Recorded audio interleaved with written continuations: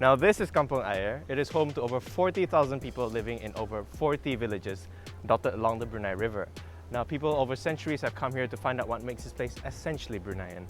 And this place has also been likened to being the Venice of the East. But really, does Venice have houses built on stilts over water? Probably yes, but does Venice have charm on houses built over stilts on water? Maybe not. And part of Kampong Ayer's charm is places like restaurant Soto Pabo, where we will be dining today.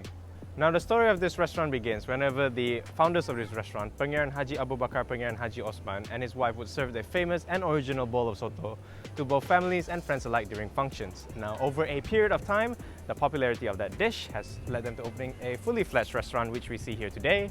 And 6 months on from its opening, this place has become a favorite haunt for both Bruneians and tourists alike to try a warm bowl of soto with a view. And today I'll be trying that as well as other favorites.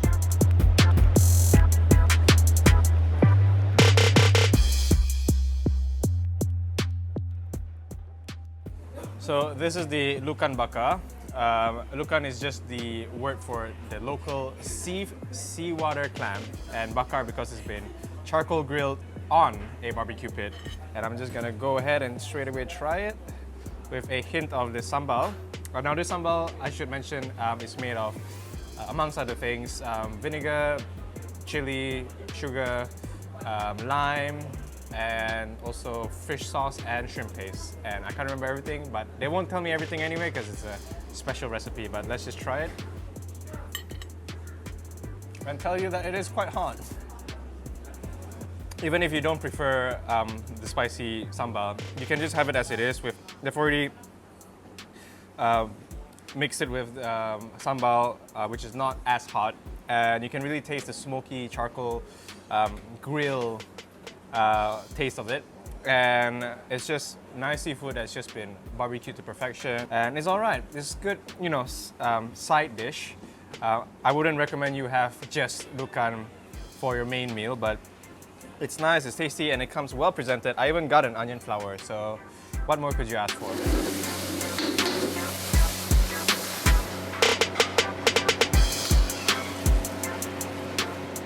So this is what on the menu they call the gearbox masak sambal. It is one of the beef joint that was used to make the soto broth, and it's been cooked again in a special sauce that is both sweet and spicy at the same time, and also with a little bit of their homemade specialty sambal added to it. And this is not available every day. The availability is dependent on whether they can get the freshest meat to make this monstrous delicacy right here. So no frozen food whatsoever, and I'm gonna just try it. I should also mention that they call it a gearbox because it kind of looks like one. Probably, that's what people here say. You're gonna have to ask them.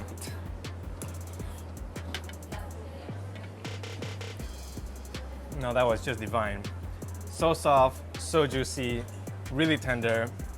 I didn't even want the rice at all. I just wanted this gearbox meat that we have right here, and it's not really spicy at all, even though I did say that it's sweet and spicy, but it'll just be all right. And the sambal, you can taste it. That just adds flavor to the already delightful meat that is great on itself. This is the main event. This is the Soto Pabo. If you're ever wondering what Pabo means, it is the initials of the restaurant owner.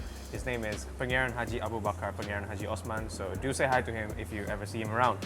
And this is the kawin option, which is basically rice vermicelli and egg noodles in the same bowl. You can have either one in the same bowl, or you can have both in the same bowl, which is what I'm having. Now the soup makes the soto really. So this soup broth is specially made out of fresh mix of fresh meat and vegetables, and it's spiced with turmeric, ginger, shallots, chili, bit of chili, salt, pepper, and this special ginger called galangal.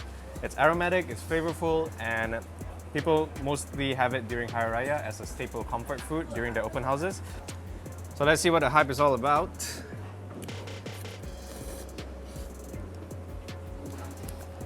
What I most like about what I just tasted in my mouth with my tongue is that you can really taste the meat in the soup. And for me, it's really important to have the meat in the soto because that's what soto is all about, you know. And if it's not meaty in taste, it's dead to me, but it's not dead to me. It's very much alive, and all the spices that go inside here, of which there are quite a few, go together and they work together, and it's a good mix. I can't pick out one single spice in the taste because it's all done proportionally, and it's gonna make you want to have another mouthful. So if you'll stop recording me, I'm gonna put it in my mouth.